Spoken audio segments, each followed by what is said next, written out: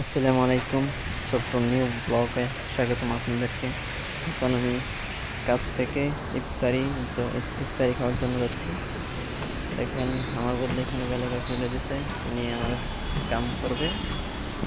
আমি এখন ইফতারির জন্য যাচ্ছি ডাইরেক্ট। ওকে, আমি এখন কিচেনে যাবো এখান থেকে। সিঁড়ি সিঁড়িতে উঠতে হবে।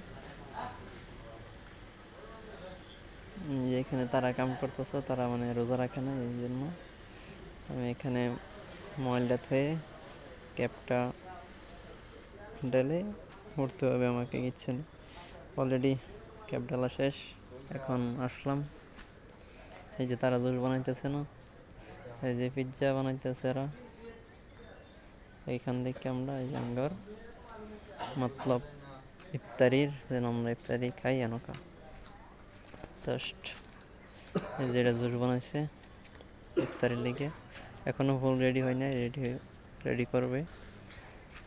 পকরি মুখরি আনে নাই এখনো, এখন ফুল রেডি, ফুল সেট। এখন টাইমের 3-4 মিনিট বাকি আছে, তারপরে আমরা ইফতার আরম্ভ করব। এখন ইফতার খাওয়া শেষ, এখন আমরা নামাজ পড়ার জন্য যাচ্ছি। আমরা দুইজন জাস্ট নামাজ পড়ার জন্য, মতলব মসজিদ না, আলতাজার একটা স্টাফের জন্য একটা মসজিদের মতন বানানো আছে এটার মধ্যে।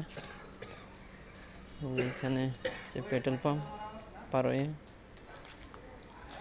যে পেট্রোল পাম্প আঙ্গার ইকে আছে, সে টাটা দিয়ে দিল, মানে হ্যালো হাই বললো। এখন আমরা যাচ্ছি নামাজ, মানে মসজিদের মতন রুমে, যেখানে আমরা নামাজ পড়ি আর কি সবসময়। অলরেডি এসে গেলাম, এখানে ওযু করা হয়। এটা হচ্ছে আমাদের নামাজ পড়ার জায়গাটা। দেখেন ভালো আছে, অনেক সুন্দর। ফ্যানটা সুইচ দিয়ে দিলাম, ফ্যানটা সুইচ দিয়ে আপনাদেরকে রুমটা দেখাবো।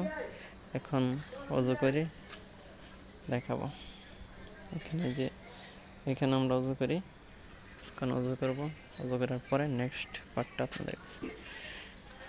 অলরেডি ওযু করা শেষ, এখন আসলাম মসজিদের ভিতরের দৃশ্যটা দেখেন। এই পর্যন্তই, আশা করি ভালো লাগছে। নেক্সট ভিডিওর মধ্যে দেখা হবে। আসসালামু আলাইকুম।